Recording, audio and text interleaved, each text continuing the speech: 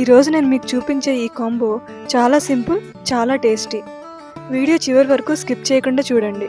Hello అండి, welcome to my channel Telugu aroma kitchen. మామిడికాయ అంటే ఎవరికి ఇష్టం ఉండదండి.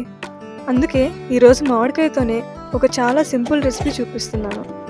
అదే మామిడికాయ పులిహోర. ముందుగా పచ్చి మామిడికాయ తీసుకొని వీడియోలో చూపిస్తున్నట్టుగా చక్కగా తురుముకోవాలి. పులిహోరకి కావలసిన అసలైన పులుపు ఇక్కడి నుంచే వస్తుంది. మామిడికాయ అనేది ఇలా కొంచెం పెద్ద పెద్దగా తురుముకుంటేనే అది నోటికి తగులుతూ టేస్ట్ అనేది చాలా బాగుంటుంది. ఇంక ఇప్పుడు పులిహోరకి కావాల్సిన పచ్చిమిర్చి, ఎండుమిర్చిని కట్ చేసి పక్కన పెట్టుకుందాం. నేను ఇక్కడ పచ్చిమిర్చి మధ్యకి చీల్చుకున్నాను.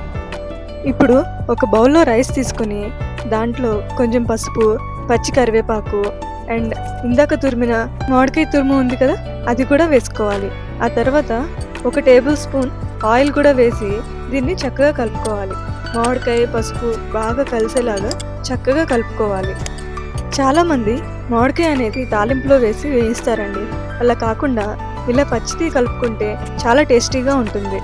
అలా బాగా కలుపుకున్న తర్వాత ఒక ప్యాన్ తీసుకొని ప్యాన్ వేడెక్కిన తర్వాత ఆయిల్ వేసుకోవాలి. నూనె వేడైన తర్వాత అందులో పల్లీలు, పచ్చిశనగపప్పు వేసి చక్కగా వేయించుకోవాలి. అలా కొంచెం వేగుతూ ఉండగా ఆవాలు కూడా వేసి వేయించుకోవాలి. అవి వేగితే చిటుపటమని చక్కగా సౌండ్ వస్తుంది. అలా సౌండ్ వచ్చిన తర్వాత కరివేపాకు, పచ్చిమిర్చి, ఎండుమిర్చి కూడా వేసి చక్కగా వేయించుకోండి. అలా వేగుతూ ఉండగా అందులోనే రుచికి సరిపడా ఉప్పు, కొంచెం ఇంగువ, కొంచెం మెంతిపొడి వేసి చక్కగా ఫ్రై చేసుకోవాలి. అవి వేగుతుంటే ఎంత చక్కగా స్మెల్ వస్తుందో. ఇప్పుడు ఈ తాలింపుని ముందుగా కలిపెట్టుకున్న రైస్లో వేసి చక్కగా కలుపుకోవాలి. చూసారా ఎంత కలర్ఫుల్గా కనిపిస్తుందో? మీకు తినాలనిపిస్తుందా?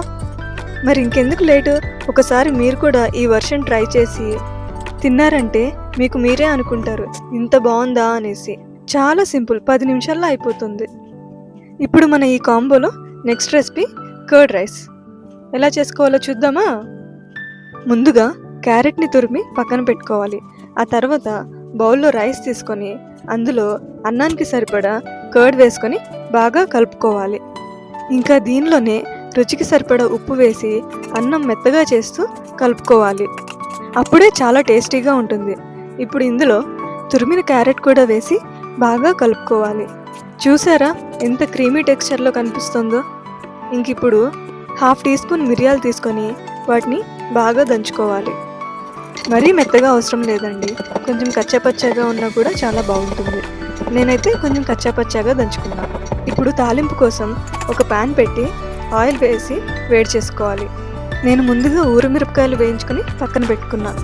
ఇప్పుడు తాలింపు కోసం కొంచెం పచ్చిశనగపప్పు, జీడిపప్పు, ఆవాలు, జీలకర్ర వేసి చక్కగా వేయించుకోవాలి.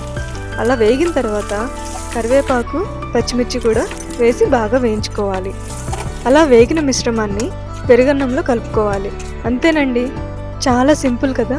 నెక్స్ట్ టైం ఇంకో పద్ధతిలో పెరుగన్నం ఎలా చేసుకోవాలో చూపిస్తాను. రెసిపీస్ నచ్చితే తప్పక ట్రై చేయండి. అలాగే లైక్, షేర్ చేసి సబ్స్క్రైబ్ చేసుకోండి.